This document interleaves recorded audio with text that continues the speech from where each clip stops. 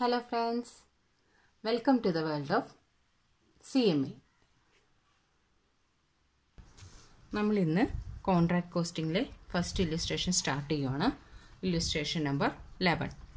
A firm of building carrying out large contract kept in contract ledger. Separate account for each contract on 30th June 2017.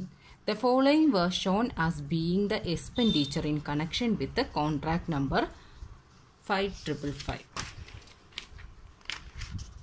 Material purchased തന്നിട്ടുണ്ട്. Material issue from stores തന്നിട്ടുണ്ട്. Material purchased ഏത് സൈഡാണ് വരേണ്ടത്? Material purchase debit side വരണം. Material issue from stores, material issue from stores issue ചെയ്തിരിക്കുന്നത് സ്റ്റോറിൽ നിന്ന് issue ചെയ്തിരിക്കണമെന്നാണ് പറഞ്ഞിരിക്കുന്നത് അല്ലേ? അതെന്ത് ചെയ്യണം? അതും എന്ത് ചെയ്യണം? ഡെബിറ്റ് സൈഡ് തന്നെ വരണം. Plant which has been used on other കോൺട്രാക്റ്റിന് ഉപയോഗിക്കുന്നത് അത് മാക്സിമം നമ്മൾ എടുക്കില്ല. അഡീഷണൽ പ്ലാന്റ് ഒക്കെ തന്നിരിക്കുന്നത് എന്തിനു വേണ്ടിയിട്ടാണ്? ഡിപ്രീസിയേഷൻ കാണാൻ വേണ്ടിയിട്ടാണ്. വേജസ് ഡെബിറ്റ് സൈഡ് എടുക്കണം. ഡയറക്റ്റ് എക്സ്പെൻസ് ഡെബിറ്റ് സൈഡ് എടുക്കണം. പ്രൊപ്പോർഷനേറ്റ് എസ്റ്റാബ്ലിഷ്മെന്റ് എക്സ്പെൻസും ഡെബിറ്റ് സൈഡ് എടുക്കണം. The contract which had commenced on 1st February 2017 was 6 lakh. അപ്പോൾ കോൺട്രാക്ട് പ്രൈസ് 6 lakhs rupees ആണ്. And the amount certified by the architect after deducting 20% retention money was 2,41,600. The work being certified on 30th June 2017. അതായത് contract price 6 lakh ആണ്. അതിൽ work certify ചെയ്തിരിക്കുന്നത് എങ്ങനെയാണ്? Work certify ചെയ്തിരിക്കുന്നത് എന്തിൻ്റെയാണ്? അതായത് cash receive ചെയ്തിട്ടുണ്ട്. 2,41,600 cash receive ചെയ്തിട്ടുണ്ട്. അതെങ്ങനെയാണ്? അത് വർക്ക് സർട്ടിഫൈഡിന്റെ 20% റിട്ടൻഷൻ മണി എന്നല്ല, അതായത് വർക്ക് സർട്ടിഫൈ ചെയ്തതിന്റെ 80% ആണ് ക്യാഷ് റിസീവ് ചെയ്തിരിക്കുന്നത്. അപ്പോൾ ഇത്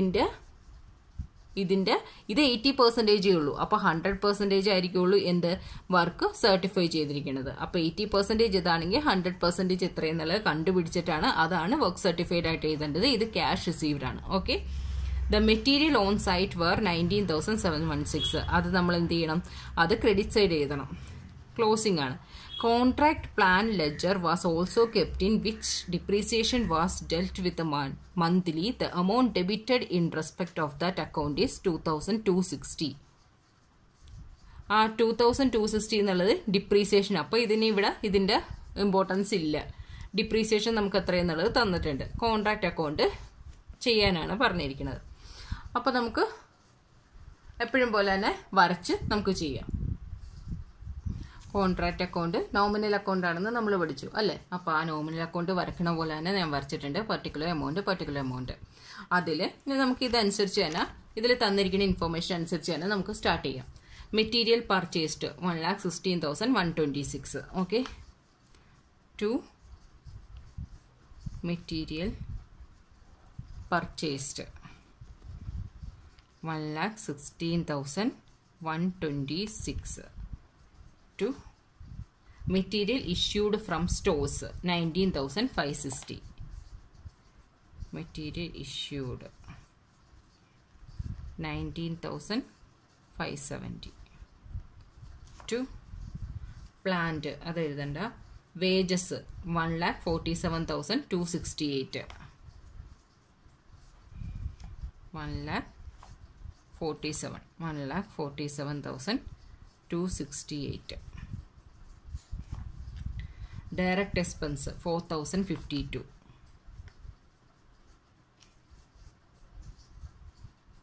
4,052. ഓക്കെ. ഇനി എന്താണുള്ളത്? Proportionate establishment expenses.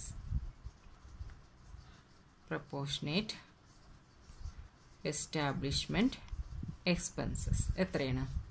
17,440. ഓക്കെ. 17,440. ഇനി എന്താണ്? ഇനി കോൺട്രാക്ട് പ്രൈസ് തന്നിട്ടുണ്ട്. കോൺട്രാക്ട് പ്രൈസ് നമ്മൾ ഇതിനു വേണ്ടി ഇവിടെ എല്ലാം എടുക്കണത് എത്രയാണെന്നുള്ളത് നമുക്ക് അറിയാൻ വേണ്ടിയിട്ടാണ്. അതിൻ്റെ എത്ര ശതമാനമാണെന്നുള്ളത് അല്ലേ ഡിഗ്രി ഓഫ് കംപ്ലീഷൻ അറിയാൻ വേണ്ടിയിട്ടാണ്. 20% ഇത് പറഞ്ഞു. അപ്പോൾ വർക്ക് സർട്ടിഫൈഡ് അല്ലേ? വർക്ക് സർട്ടിഫൈഡിൻ്റെ കാര്യം ഇവിടെ പറയുന്നുണ്ട്. അത് പോകെ ഇവിടെ എന്താണ്? മെറ്റീരിയൽ ഓൺ സൈറ്റിലേക്ക് 19,716 എന്ന് പറയുന്നുണ്ട്. അത് ക്ലോസിംഗ് ആണ്. ഓക്കെ, മെറ്റീരിയൽ ഓൺ സൈറ്റിലേക്ക് പോയത് 19,716 എന്ന് പറയുന്നുണ്ട്. പിന്നെ ഒരു ഡിപ്രീസിയേഷൻ 2,260 പറയുന്നുണ്ട്. ഡിപ്രീസിയേഷൻ 2,260 പറയുന്നുണ്ട്. ഓക്കെ, ഇത്ര എഴുതി. ഇനി വർക്ക് സർട്ടിഫൈഡ് ഇവിടെ എത്രയെന്നുള്ളത് കറക്റ്റായിട്ട് പറഞ്ഞിട്ടുണ്ട്. അത് നമുക്ക് എങ്ങനെയാണ് കിടക്കണേന്ന് നോക്കാം. വർക്ക് ഇൻ പ്രോഗ്രസ് എന്ന് എഴുതിയിട്ട് വർക്ക് സർട്ടിഫൈഡ്, വർക്ക് അൺസർട്ടിഫൈഡ്, അങ്ങനെ രണ്ടായിട്ട് തിരിക്കാം. ഓക്കെ, ഇവിടെ വർക്ക് അൺസർട്ടിഫൈഡിന്റെ കാര്യം ഒന്നും പറയണില്ല, അതുകൊണ്ട് ഇവിടെ നില്ലാണ്. വർക്ക് സർട്ടിഫൈഡ് മാത്രം നോക്കാം. വർക്ക് സർട്ടിഫൈഡ് എത്രയാണ്? കോൺട്രാക്ട് പ്രൈസ് 6 lakh ഉണ്ടായെടുത്ത് എന്താണ് 2,41,000 ക്യാഷ് റിസീവ് ചെയ്തു. 2,41,000 എന്താന്നാ പറഞ്ഞത്? ക്യാഷ് റിസീവ്ഡ് ആണ്. ക്യാഷ് റിസീവ്ഡ് ആണ് 2,41,600. 2,41,600 ക്യാഷ് റിസീവ്ഡ് ആണ്. അത് എത്രയാണ്? 80% ആണ്. 20% റിട്ടൻഷൻ മണിയും കഴിഞ്ഞിട്ട് ആണ് തന്നേക്കണത്. അതായത് അപ്പൊ 20% മനസ്സിലായി 80% ആണ് വന്നേക്കണം. ഇതിന്റെ 100% എത്രയെന്ന് നോക്കണം. ഇതിന്റെ 100% എത്രയെന്ന് നോക്കണം. ഇതിന്റെ 100% എത്രയാണ്? അതെങ്ങനെ കാണാം? 2,41,600 എന്നുള്ളത് 80% ആണ്. അങ്ങനെയാണെങ്കിൽ 100% എത്രയായിരിക്കും?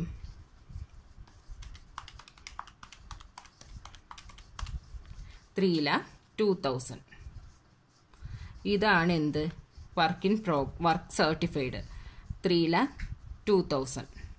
ഓക്കെ, ഇതാണ് വർക്ക് സർട്ടിഫൈഡ്. ഇനി എന്താണ്? ഇനി നമുക്ക് നോഷണൽ പ്രോഫിറ്റ് കാണണം അല്ലെ? നോഷണൽ പ്രോഫിറ്റ് കണ്ടു കഴിഞ്ഞിട്ട് ഏതിലേക്കാണ് ട്രാൻസ്ഫർ ചെയ്യേണ്ടതെന്ന് നോക്കാം. Degree of completion. ഇനി ഒരു മിനിറ്റ്, വർക്ക് സർട്ടിഫൈഡ് കിട്ടി. വർക്ക് സർട്ടിഫൈഡ് 3,02,000 ആണ്. വർക്ക് സർട്ടിഫൈഡ് കണ്ടുപിടിക്കുന്നത് എന്തിനു വേണ്ടിയിട്ടാണ്? ഡിഗ്രി ഓഫ് കംപ്ലീഷൻ കാണാൻ വേണ്ടിയിട്ടാണ്. അപ്പൊ ആ ഡിഗ്രി ഓഫ് കംപ്ലീഷൻ കാണണമെന്നുണ്ടെങ്കിൽ എങ്ങനെ ഡിഗ്രി ഓഫ് കംപ്ലീഷൻ കാണുന്നത്? Percentage of degree of completion എങ്ങനെയാണ്? Work certified divided by contract price into 100. Work certified എത്രയാണ്? 3,02,000 divided by contract price 6 lakh എന്ന് പറഞ്ഞിട്ടുണ്ട്. ഇൻറ്റു 100 എടുക്കുമ്പോൾ എന്തായാലും 50% മുകളിലാണ് അല്ലേ? 3,02,000 ഡിവൈഡഡ് ബൈ 6 lakh ഇൻറ്റു 100. 50.333. 50.01 വന്നാൽ കൂടി നമ്മൾ എന്തായും അടുത്ത സ്റ്റെപ്പിലേക്ക് മാറുവാണ് അല്ലേ? 50.01 വന്നു കഴിഞ്ഞപ്പോൾ തന്നെ ഏത് സ്റ്റെപ്പിലേക്ക് വന്നു? ഈ മൂന്നാമത്തെ ഇതിലോട്ട് വന്നു. 50 to 90%, 2/3 എന്നുള്ളത് വന്നു അല്ലെ? 2/3 into cash received divide work certified, balance ഉള്ളത് റിസർവിലേക്ക് ട്രാൻസ്ഫർ ചെയ്യണം. ആ സ്റ്റെപ്പിലോട്ട് നമ്മൾ വന്നു. അപ്പോൾ നമുക്കപ്പോൾ നോഷണൽ പ്രോഫിറ്റ് കണ്ടുപിടിക്കാം. നോഷണൽ പ്രോഫിറ്റ്, അതിലിരുന്ന് P&L-ഉം റിസർവും കണ്ടുപിടിക്കണം. ഓക്കെ, 19,716 പ്ലസ് 3,02,000 എത്ര വന്നു? 3,21,716.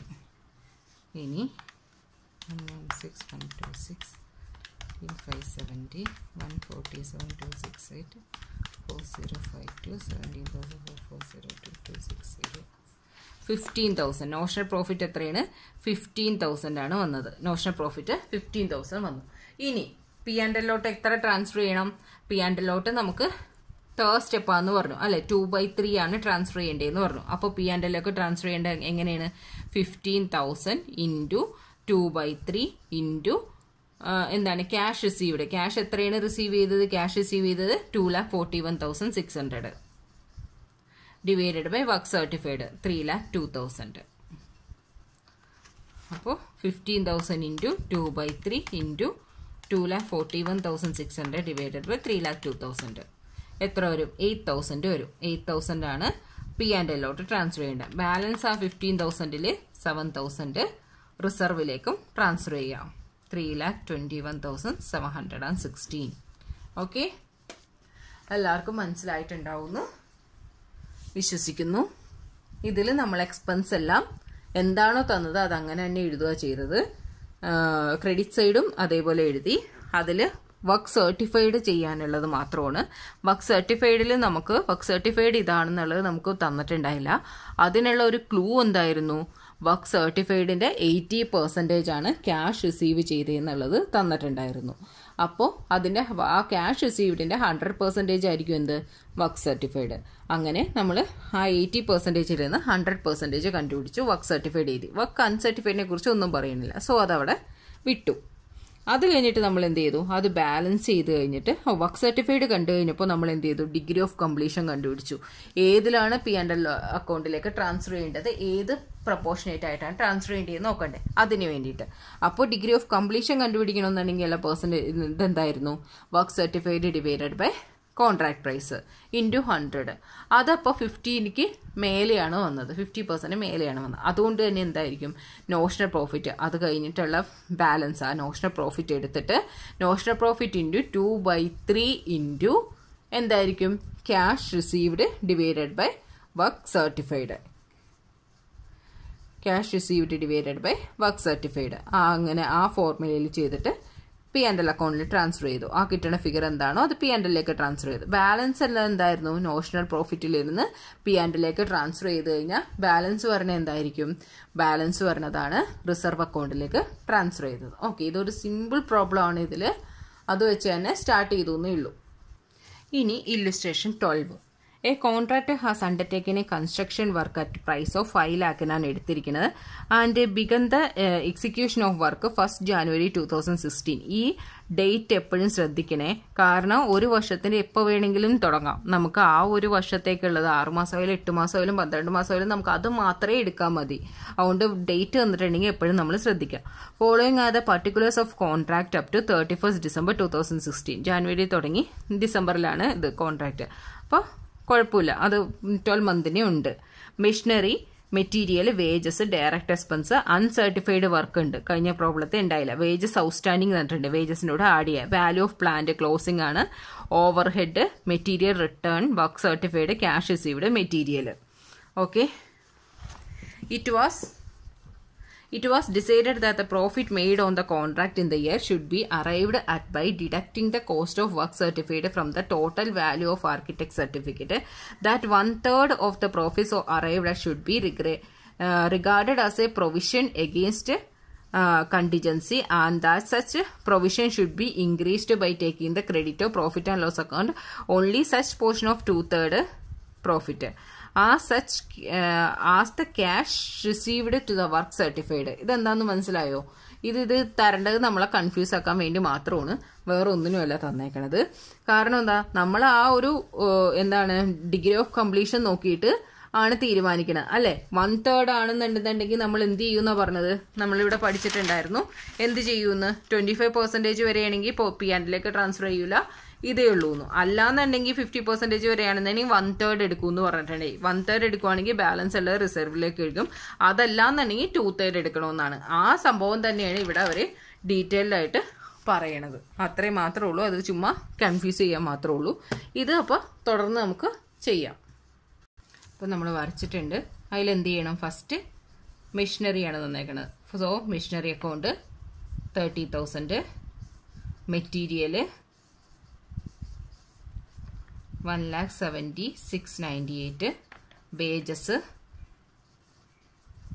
പ്ലസ് ഔട്ട്സ്റ്റാൻഡിങ് കൂടി ചേർത്തിട്ട് 148,750 കൂടെ ഇതും കൂടി ചേർത്ത് കഴിഞ്ഞാൽ 148,750 പ്ലസ് വേജസ് ഔട്ട്സ്റ്റാൻഡിങ് 5380. എത്രയാണ്, 154,130. അത് രണ്ടായിട്ട് എഴുതെങ്കിൽ രണ്ടായിട്ട് എഴുതാം കേട്ടോ. 2 ഡയറക്റ്റ് എക്സ്പെൻസ് 6,334. അൺസർട്ടിഫൈഡ് വർക്ക് ഓട്ടെ. വാല്യൂ ഓഫ് പ്ലാന്റിൻ്റെ വാല്യൂ വന്നിട്ടുണ്ട് 22,000 എന്ന്. അപ്പോൾ അത് ക്ലോസിംഗ് ആണ്. ബൈ പ്ലാന്റ് എന്താണ് 22,000. ഇനി എന്താണ്, overhead 8,252 to overhead 8,252. Material return by material return 1,098. Work certified okay. Material തന്നിട്ടുണ്ട്, മെറ്റീരിയൽ എത്ര 3,766 ബൈ മെറ്റീരിയൽ